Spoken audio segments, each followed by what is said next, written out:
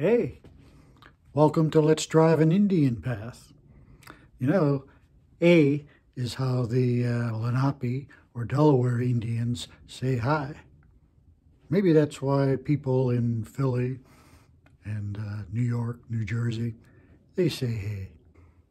My name's Leon Polam, the writer, historical researcher, and founder of Let's Drive an Indian Path.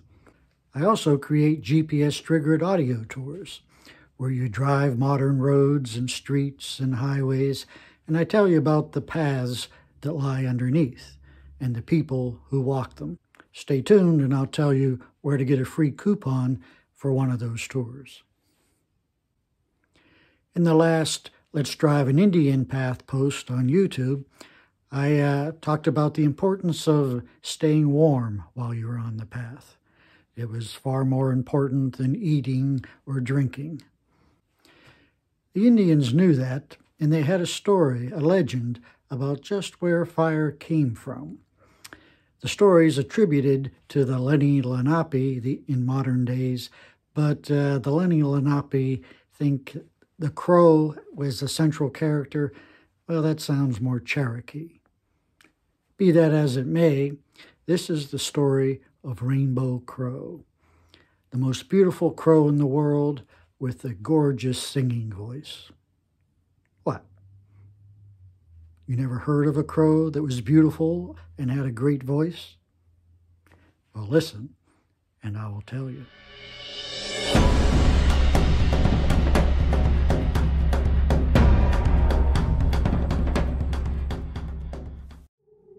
It was so cold. Snow fell constantly. Ice formed over all the waters.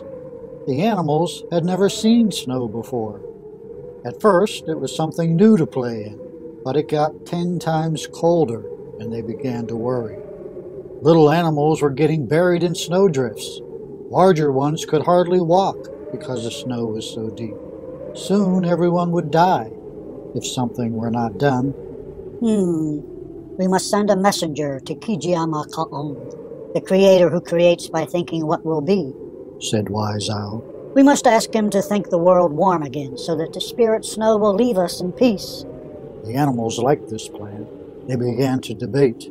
Who should they send up to the creator? Wise Owl would be good, but he couldn't see well during daylight. Coyote? Well, he was easily distracted, and he liked playing tricks. He couldn't be trusted. Turtle? Now he was steady and stable, but he was just too slow. Finally, they considered Rainbow Crow. He could fly. He was the most beautiful of all the birds. He had shimmering feathers of every color. He also had a singing voice that was positively enchanting. So Rainbow Crow was chosen to go to Kijiyama Ka'ong. It was a very hard journey, 3 days up and up and up into the heavens. The Creator was past the trees and the clouds, beyond the sun and the moon, and even above the stars. Rainbow Crow was continually blown around by the winds. He had no place to rest, but he carried on. When Rainbow Crow reached the holy place, he called out to the Creator, but he received no answer. The Creator was busy thinking up what it would be to notice the most beautiful of birds. So Rainbow Crow began to sing his most beautiful song. The Creator was drawn from his thoughts by the lovely sound and came to see which bird was making it. He greeted Rainbow Crow kindly. He asked what he could give the noble bird in exchange for his song. Rainbow Crow asked the Creator to unthink snow. That way the animals of Earth would not be buried and freeze to death. But the Creator said snow and ice had spirits of their own. They could not be destroyed. What shall we do then? Asked Rainbow Crow. We will all freeze or smother under the snow. You will not freeze, for I will think of fire. That's something that will warm all creatures during cold times. With that, the Creator stuck a stick into the hot sun. The end blazed and gave off heat. This is fire. You must hurry to Earth as fast as you can fly before the stick burns up. Rainbow Crow nodded his thanks to the Creator and flew as fast as he could go. It was a 3-day trip, and he was worried the fire would burn out before he reached Earth.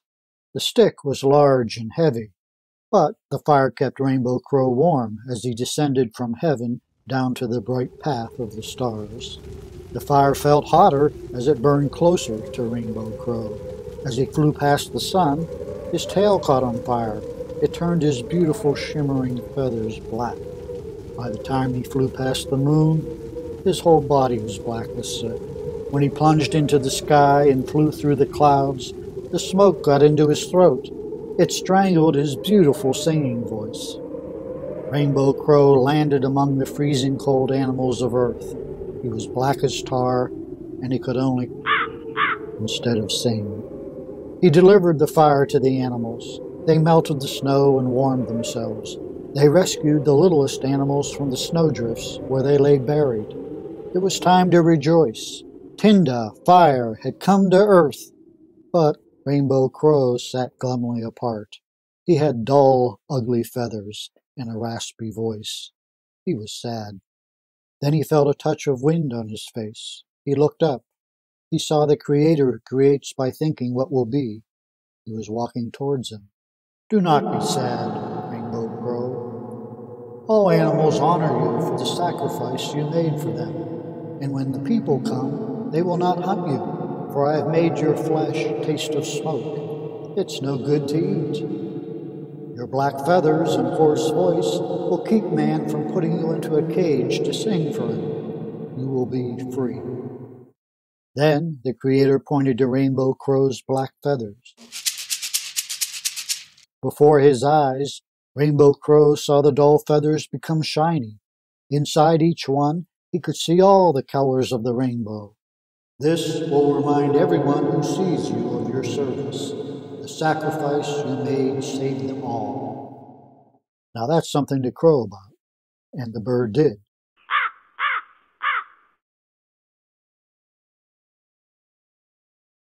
You know, Native Americans who follow traditional ways, and there are many, only tell such tales in wintertime. They are very attuned to spirits, and animal spirits in particular, and many of their stories deal with animals. And you don't want to get on the wrong side of animal spirits, so you tell the stories in winter when they're hibernating or away for the season. But you don't have to worry. Not if you subscribe to Let's Drive an Indian Path. So just press the button and you won't be getting on the wrong side of any spirits. Also press like if you like. The next post will be about Fort Pitt and the battle that Indians had with settlers. In particular, we'll be talking about the Battle of Brushy Ridge, which pretty much spelled the end of Indians in Pennsylvania. Until then, Salinoka Kanula. That's Shawnee for, again, we will see each other. I certainly hope so.